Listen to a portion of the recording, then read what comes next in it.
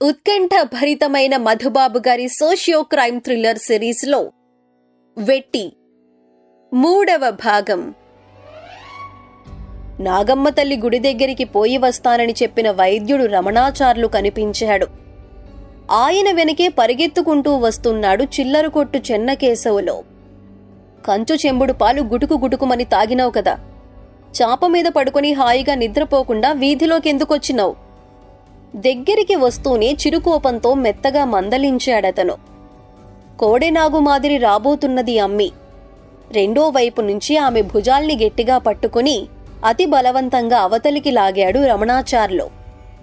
వాడిని వదిలిపెట్టను, నాకు ఏమీ చేత కాదని వెక్కిరించాడు, ప్రాణాలు తీసి పారేస్తాను. ఆయన చేతుల్ని వదిలించుకోవటానికి ప్రయత్నం చేస్తూ కీచుగా అరిచింది ఆ అమ్మి.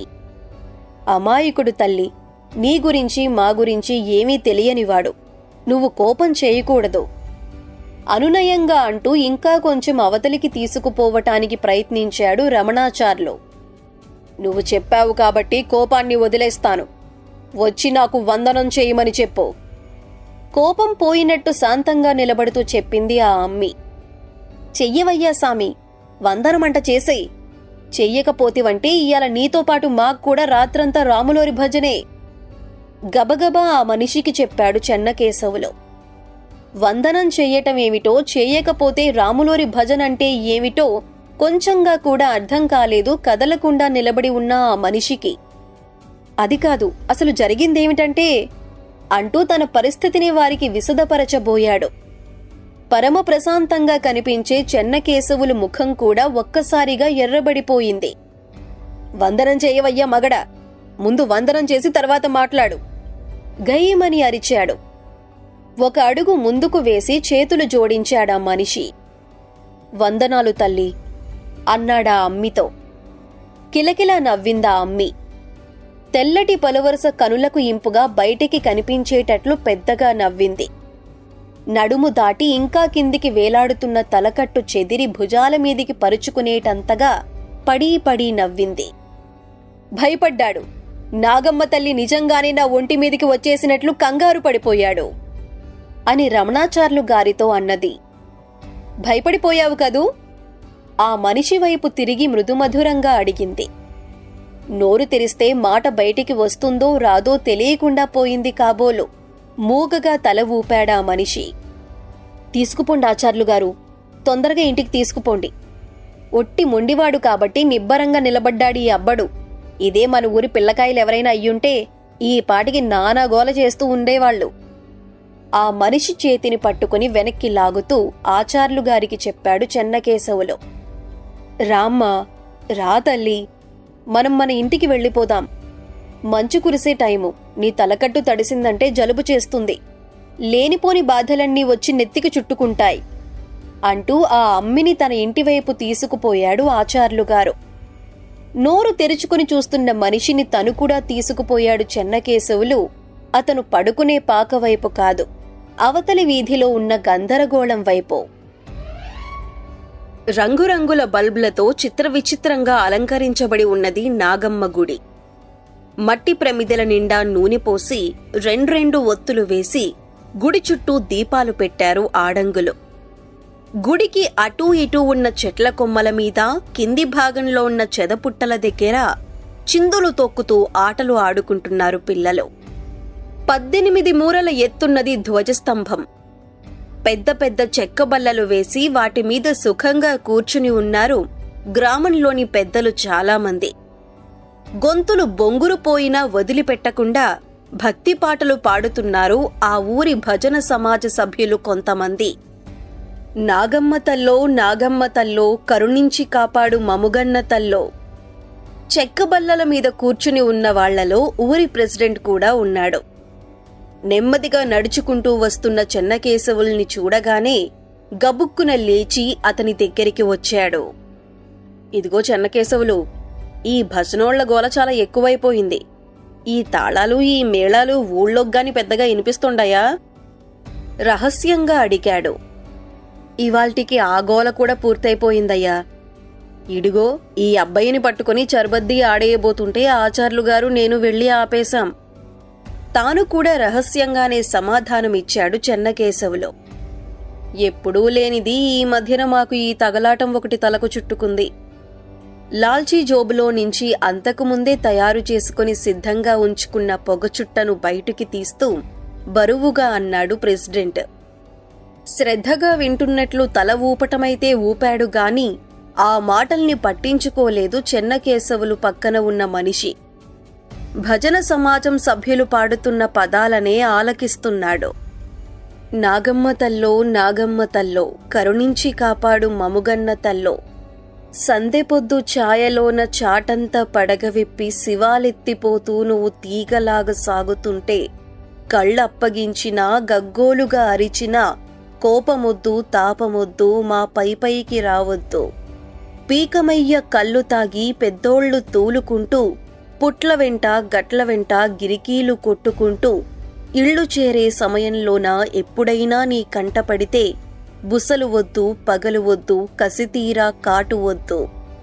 గొర్రెలు బర్రెలు మా పెయ్య దూడలు, ఆంబోతులు చీంబోతులు కన్నబిడ్డలు, తామర తంపరల ద్వారా తీగల మొగ్గ వెయ్యాల, వంశాలు నిలవాల, మా చేలన్నీ పండాల.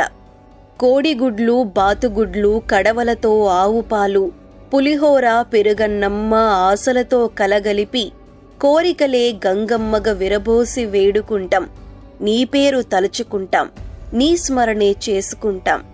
నాగమ్మ తల్లో నాగమ్మ తల్లో కరుణించి కాపాడు మముగన్న తల్లో. ముగ్ధులైపోయారు శ్రద్ధగా వింటున్న జనం. గుండెలు జలధరించే స్థాయిలో చప్పట్లు కొట్టారు. చెవులు చిల్లులు పడిపోయేటట్లు ఈలలు వేశారు. మా ఊరి నాగమ్మ తల్లి మహిమగల దేవత. కనికరించిందంటే కళ్లల్లో ఒత్తులు వేసుకుని కాపాడుతుంది. కోపగించిందంటే పట్టపగలే చుక్కలు చూపించేస్తుంది. తన్మయత్వంగా అన్నాడు చెన్నకేశవులు. అదిగో మానవ రూపంలో మళ్లీ వచ్చేస్తోంది. నవ్వుతూ చెప్పాడా మనిషి. అతను చేయి చూపించిన వైపు చూసి అదిరిపడ్డాడు చెన్నకేశవులు. పొడవాటి తలకట్టును భుజాల మీదికి తీసుకుంటూ పెద్ద పెద్ద అడుగులు వేస్తూ వచ్చేస్తున్నది అంతకుముందే నడివీధిలో నానాగోల చేసిన అమ్మి. అయ్య బాబోయ్, నిద్రపోయే మందు పనిచేయటం మానుకుంది కాబోలు. ఆచార్లుగారి కళ్ళు గప్పి మళ్లీ బయటికి వచ్చేసింది అంటూ ఆమెకు ఎదురు పరిగెత్తాడు చెన్నకేశవులు. ఆగుతల్లి, ఆగిపో, నువ్విటికేసి రాకూడదు. ఇక్కడున్నాళ్లందరూ ఒట్టి అమాయకులు, నీ అరుపుల్ని తట్టుకోలేరు అంటూ చేతిని పట్టుకుని వెనక్కి తిప్పబోయాడు. పెదవులు బిగించి బలంగా కొట్టింది ఆమె అతని చెంపమీద. అలా జరుగుతుందని అనుకోకపోవటం వల్ల కాలు నిలదొక్కుకోవటం చేతకాక ఒక పక్కకు పడిపోయాడు చెన్నకేశవులు. సంబరాలు చేసుకుంటున్నారు, నా పేరు చెప్పి ప్రసాదాలు దిగమింగుతున్నారు. మీ చుట్టుపట్ల జరుగుతున్నదేమిటో తెలుసుకోలేకపోతున్నారు. బుద్ధిహీనులు మీరందరూ. గొంతు చించుకుని అరుస్తూ గుడి ముందున్న మండపం వైపు పరుగులు మొదలుపెట్టిందామే. పట్టుకోండ్రోయ్, ఆ అమ్మిని గట్టిగా పట్టుకుని ఆచార్లు గారి దగ్గరికి తీసుకుపోండి. కింది నుంచి లేస్తూ బిగ్గరగా హెచ్చరించాడు చెన్నకేశవులు. ఒకరి ముఖం ఒకరు చూసుకుంటూ ఎక్కడ ఉన్నవాళ్లు అక్కడే బొమ్మల్లా ఆగిపోయారు అందరూ. చెయ్యి వాడితనం చాలా ఎక్కువ అబ్బయ్యా, చాలా గట్టిగా కొట్టేస్తుంది. ఒక్క ఆచారిగారి మాట తప్ప ఇంకెవ్వరి మాటను లెక్క చెయ్యదు. పక్కనే నిలబడి చుట్టపొగను గుప్పుగుప్పును వదులుతున్న ప్రెసిడెంట్ చిన్న కంఠంతో ఆ మనిషికి చెప్పాడు. అయితే ఆచారిగారికి కబురు పంపించండి, ఆలస్యం చేయకండి అన్నాడా మనిషి. అతను చెప్పవలసిన అవసరం లేకపోయింది. ఆ అమ్మిని ఆపగలిగిన వారు అక్కడ ఎవరూ లేరని తెలుసు చెన్నకేశవులికి. కింది నుంచి లేవగానే వెనుతిరిగి ఊళ్ళోకి పరుగు తీశాడు. అయ్యయ్యో అయ్యయ్యో అంటూ ఒక్కసారిగా అరుపులు మొదలయ్యేసరికి అదిరిపడి నాగమ్మ తల్లి గుడికేసి చూశాడా మనిషి. పెద్ద తాటాకు బుట్ట నిండా అమ్మవారి ప్రసాదాన్ని నింపుకుని గర్భగుడిలో నుంచి బయటికి వస్తున్న పూజారయ్యని నిలువరిస్తోంది ఆ అమ్మి. ప్రసాదాల బుట్టని కిందికి వదిలేశాడు పూజారయ్య. పక్కకు పారిపోవటానికి ప్రయత్నిస్తున్నాడు.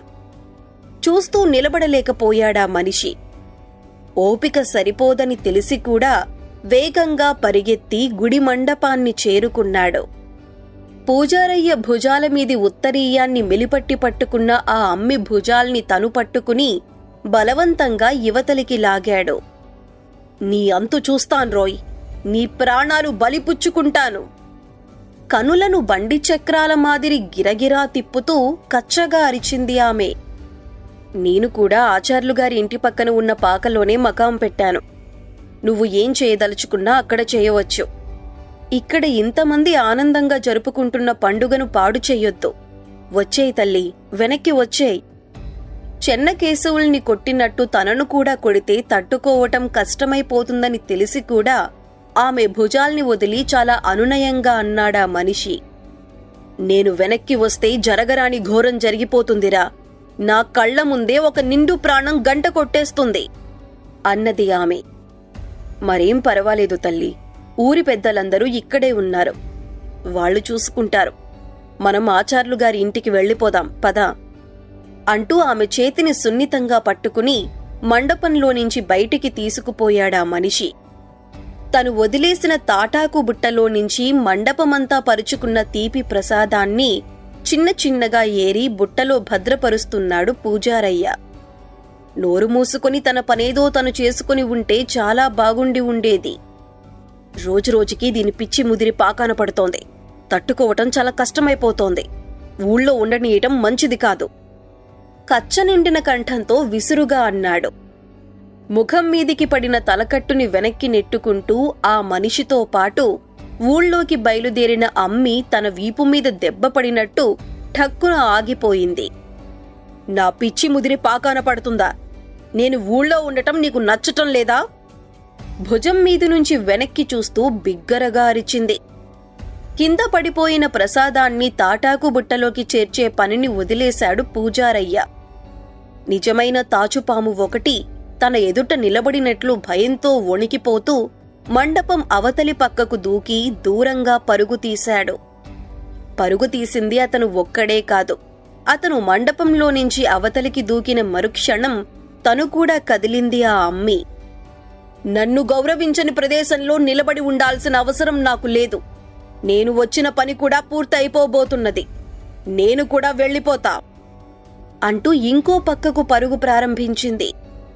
పట్టుకోండి, ఆ అమ్మిని ఎవరైనా ఆపేయండి ఆందోళనగా అందరికీ చెప్పాడా మనిషి. అడ్డు వెళితే జరిగేదేమిటో తెలిసి ఉండటం వల్ల ఒక్క అడుగు కూడా అవతలికి వెయ్యలేదు ఎవరూ. ఆ పనేదో నువ్వే చెయ్యబ్బయ్యా. ఆచార్లుగారి తర్వాత నిబ్బరంగా నిలబడింది నువ్వొక్కడివే. చివరి వరకు కాలిపోయిన పొగచుట్టను అవతలికి విసురుతూ చెప్పాడు ప్రెసిడెంట్ ఆ మనిషికి. పాము మాదిరిగానే వేగంగా పోయి చీకట్లలో కలిసిపోతున్న ఆ అమ్మిని చూస్తూ గాఢంగా నిట్టూర్చాడా మనిషి. గాలిలో ఎగురుతున్నట్టు పోతున్నది ఆమె. అడుగు తీసి అడుగు వేయటానికి 6 క్షణాలు ఆగవలసిన పరిస్థితి తనది. అందుకోవటం తనకు సాధ్యపడుతుందా? కనులు చిట్లించి చూస్తున్న అతనికి మిణుకు మిణుకుమంటూ కనిపించాయి 2 దీపాలు. అటుపక్క ఇళ్లేమైనా ఉన్నాయా? కదలమని తాను చెప్పిన తర్వాత కూడా పరుగు మొదలు పెట్టకుండా అలాగే నిలబడి ఉన్నాడని విసుగ్గా చూస్తున్న ప్రెసిడెంట్ని అడిగాడతను. ఇళ్ళ అటుపక్కన ఏమీ లేవబ్బయ్యా, కంకర రోడ్డుంది. సరాసరి చెన్నకేశవుల చిల్లర కొట్టు దగ్గరికి తీసుకుపోతుంది అన్నాడు ప్రెసిడెంట్. ఇళ్ళు కాని వాకిళ్లు గాని ఏమీ లేనప్పుడు మిణుకు మిణుకుమంటూ లైట్లు కనిపించటమేమిటి? నిజమే అబ్బయ్యా, నాక్కూడా అలాగే అనిపిస్తోంది అన్నాడు చెన్నకేశవులు.